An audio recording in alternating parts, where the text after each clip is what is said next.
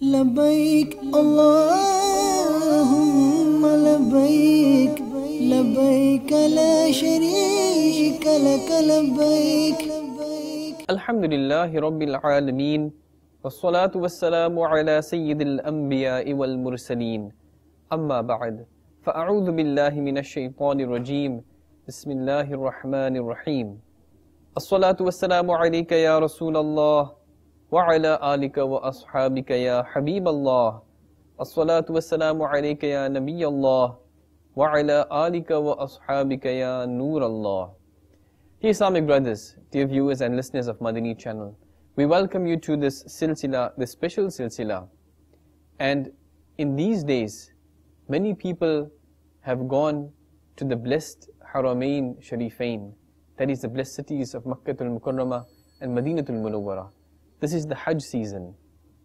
It is also the season where people will be buying or have already bought their sacrificial animals for Qurbani, for Udhiyah.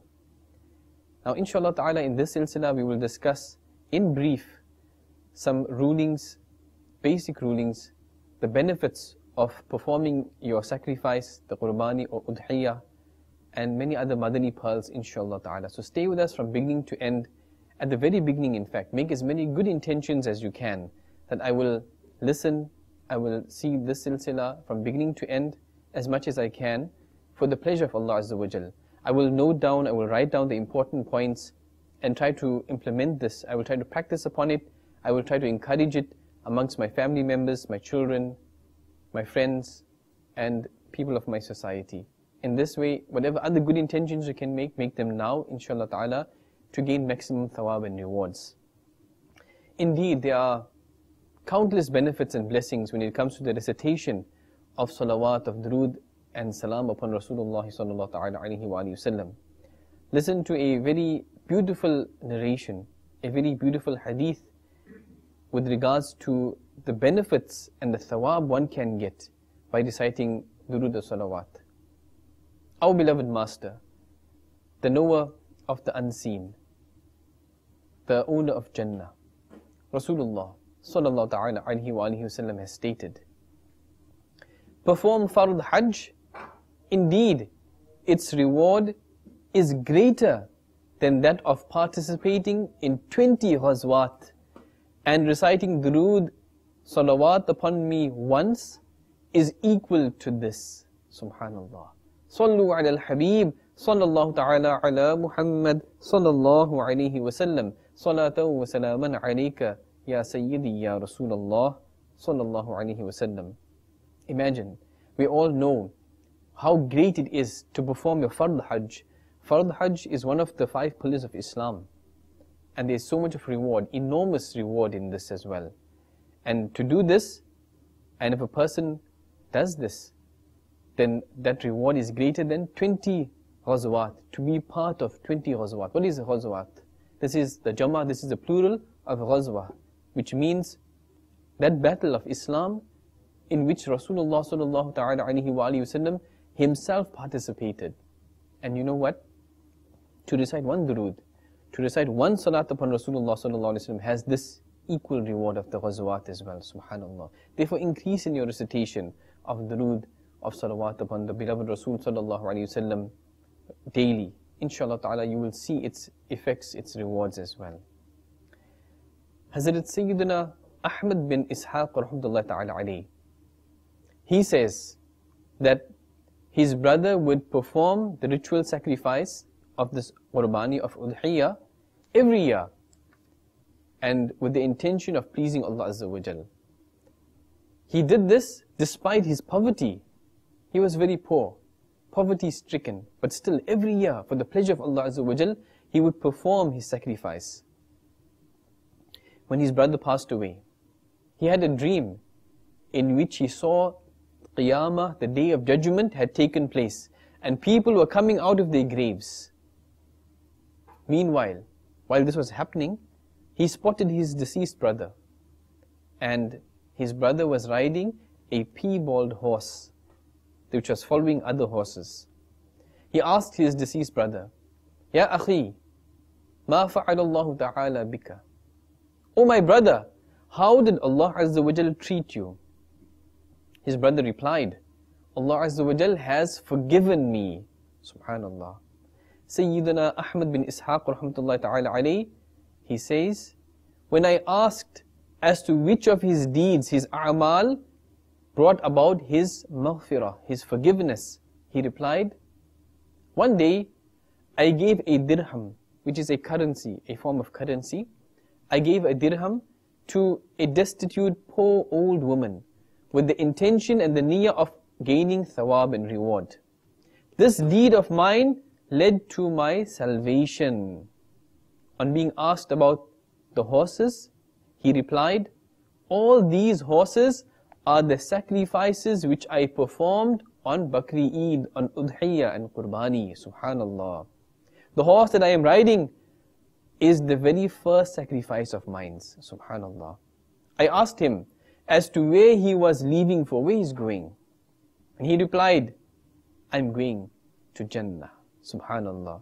Saying this, he disappeared. May Allah Azza wa Jal bless them and forgive us for their sake.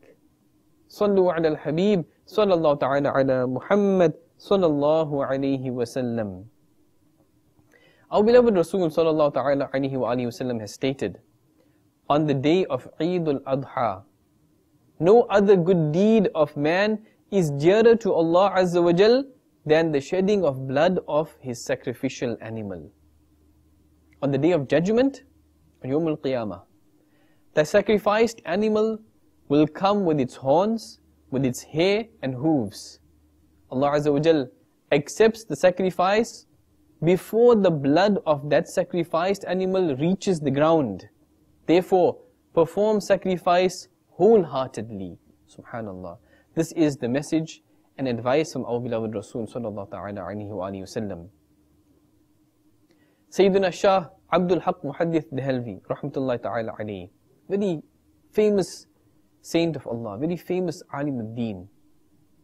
He says that the Qurbani, the sacrifice, will be placed on the scale of good deeds of its performer. And this will increase the weight of his good deeds. Subhanallah. Sayyiduna Mullah Ali Qadi rahmatullahi ta'ala alayhi says, for its performer, the sacrifice will serve as a conveyance whereby he would pass the bridge of Sirat easily. Further, every organ of that sacrificed animal will be fidyah, will be expiation and forgiveness for every organ of its owner. Subhanallah. Therefore, when we sacrifice, ensure our intention is good. Some people today, unfortunately, because they don't have the proper training, tarbiyah, they would buy the largest animal or the most expensive animal with the wrong intentions to show the people that look at my animal. Maybe they won't say, but in the heart, the intention, in their thoughts, is that the people will praise me. Your animal is so huge, your animal looks so beautiful, your animal is so expensive. If we're doing our sacrifice with the wrong intentions, in fact, any good deed we do with the wrong intentions, we won't get the reward. We will be told, you wanted the praise of the people, you received it in the dunya, in the world. So there's no reward for us in the hereafter. Therefore, make good intentions that I'm buying the sacrifice, the sacrificial animal, I'm doing the sacrifice only and only for the pleasure of Allah Azza wa Jal, to please His beloved Rasul sallallahu ta'ala alayhi wa sallam. Then insha'Allah ta'ala, we will gain maximum thawab and rewards for this. Now, commenting on the hadith which says that those who perform sacrifice should not touch their hair and skin during the first 10 days of Dhul Hijjah. During the first 10 days of Dhul Hijjah. Mufassir al-Shahir, Hakim al-Ummah, Hazrat Mufti Ahmad Yar Khan, rahmatullahi ta'ala alayhi, he says, the rich who are intending to perform their obligatory sacrifice, as well as the poor performing voluntary sacrifice, should neither cut their nails, nor hair, and dead skin, nor get them cut for the appearance of the crescent of Dhul Hijjatul Haram, to the time of performing the sacrifice, so that there is some similarity between those who are performing sacrifice and the Hujjaj, who cannot cut these things in the state of ihram, in order that sacrifice serves as a fidya. The sacrifice serves as expiation, as forgiveness for every hair and nail. Subhanallah. However, this commandment is preferential, not essential. We don't have to, but it is better. Therefore, it is better, not obligatory, for the performer of sacrifice not to get his or her nails, hair, etc. cut. It also shows that imitating those who are righteous is also righteous.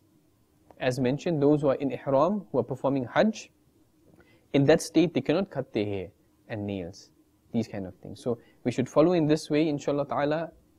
By following those who are righteous, inshallah ta'ala, we will become righteous as well.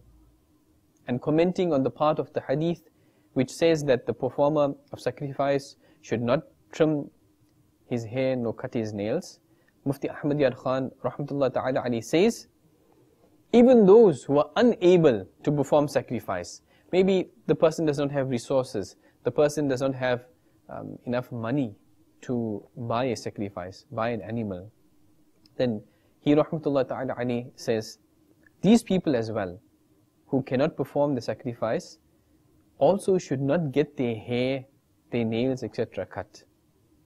And when during the first 10 days of Dhul Hajjah, instead they should get their hair, etc. cut on the day of Eid, after offering Eid Salah.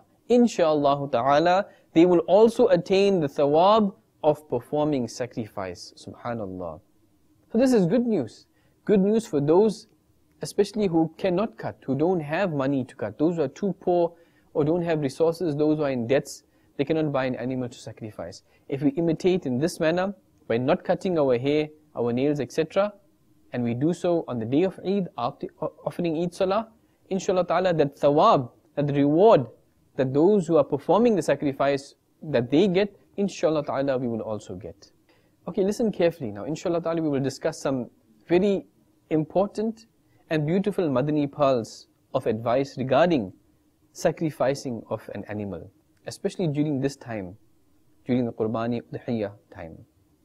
Remember that your Qurbani, the ritual sacrifice of Udhiyah, it is wajib, absolutely necessary for whom?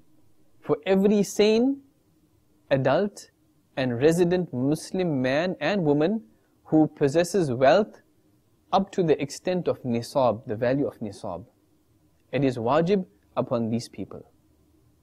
It is observed sometimes, or in many families, that just one animal, maybe one goat, one sheep, is sacrificed on behalf of the entire family, despite that Qurbani sacrifice being wajib, absolutely necessary for a few members of the family, and they perform just one sacrifice when a few of them, a few members of the family, it is necessary, it is wajib for them, and they have the wealth of nisab, according to nisab.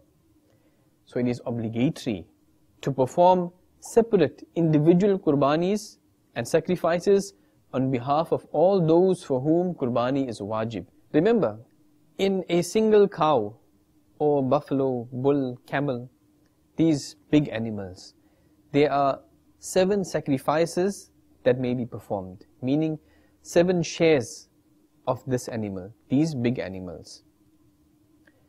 It is obligatory and absolutely necessary to perform sacrifice only during the stipulated time period of sacrifice. Okay?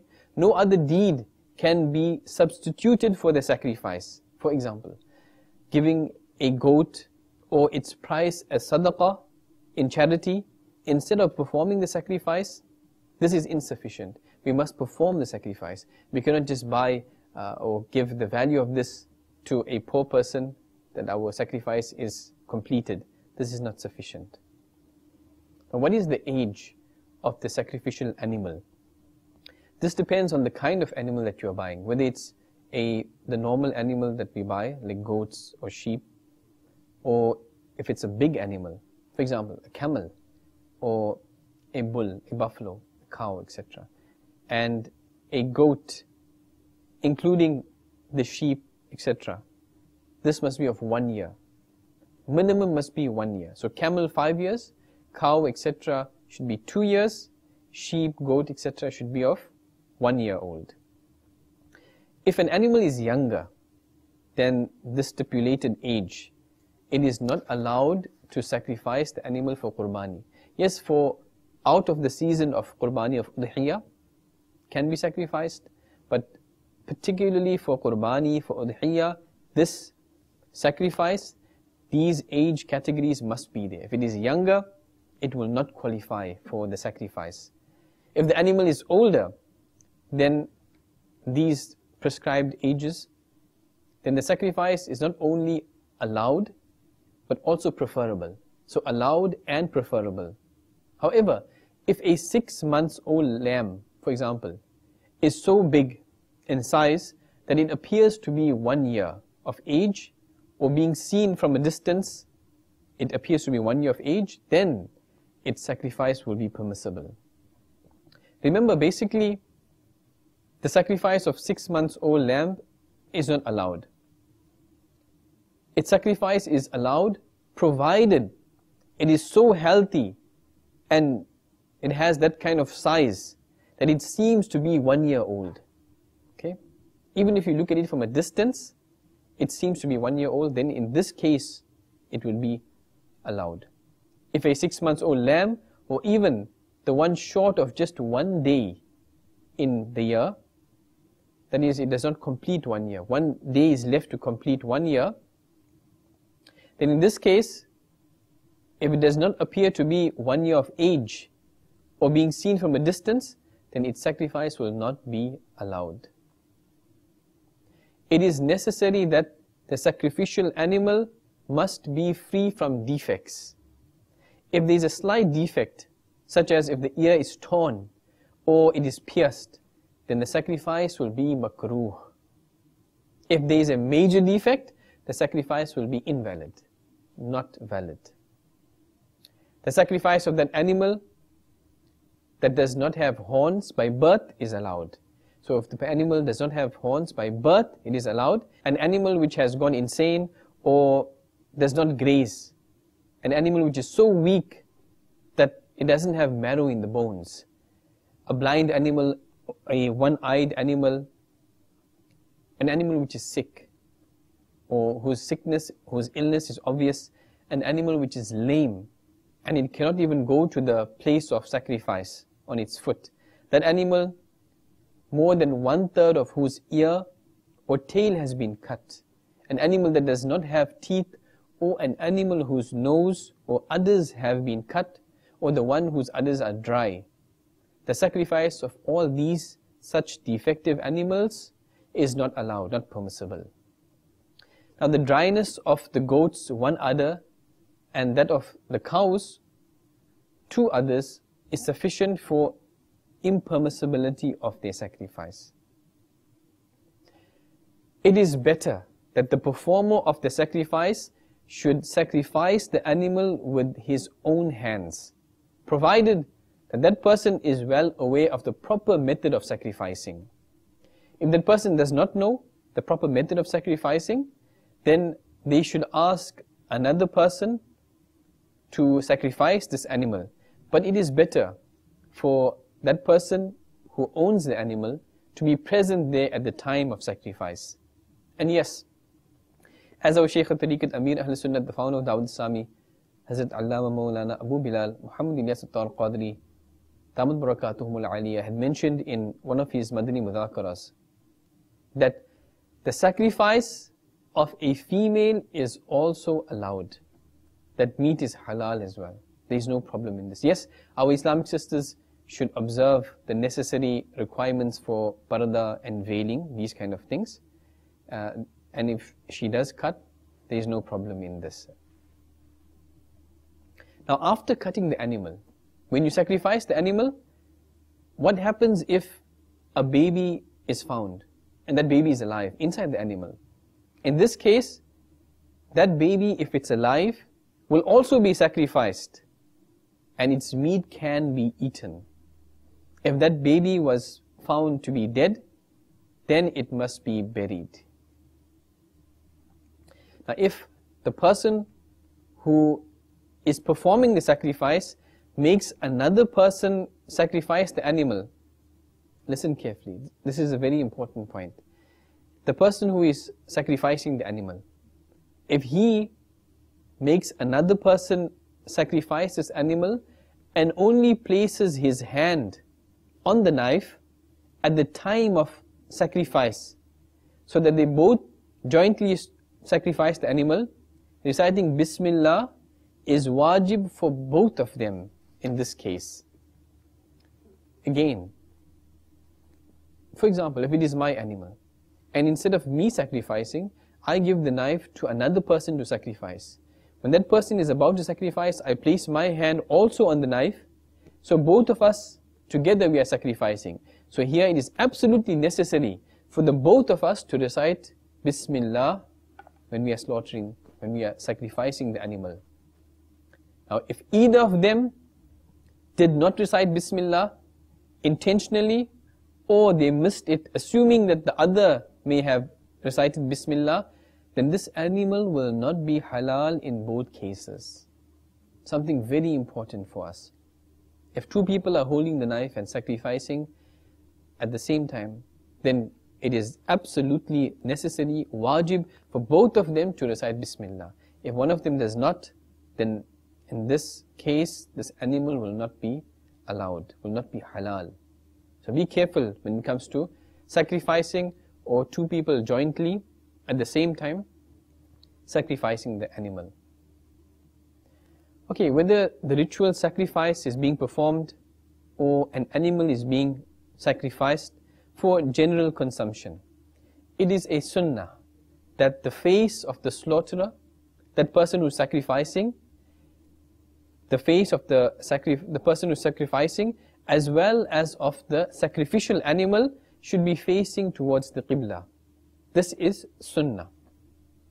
The person who is sacrificing should place his right foot onto the part of the animal which is near the right side of its neck, and then sacrifice the animal. If the face of the slaughterer, the sacrificing person, or that of the animal is not facing towards the Qibla, then this is makruh. So dear viewers and listeners of Madani channel, we would like to leave you now, but encourage you, please try to practice on the Madani In'amat program, Madani In'amat booklet, not just to fill it out, but to practice and implement it in our life. We will see changes in our life as well.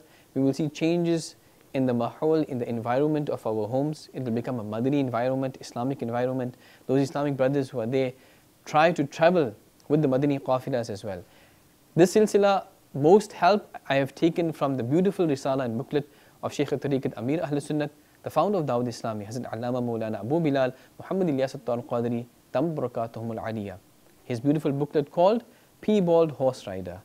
And this booklet has much information, other benefits also, and bounties of Allah Azza wa Jal for us, for those who are performing the sacrifice of this Qurbani of Udhiyah. So I urge you, I encourage you, purchase this, or online, download it from our website, dawudislami.net, share it with others as well.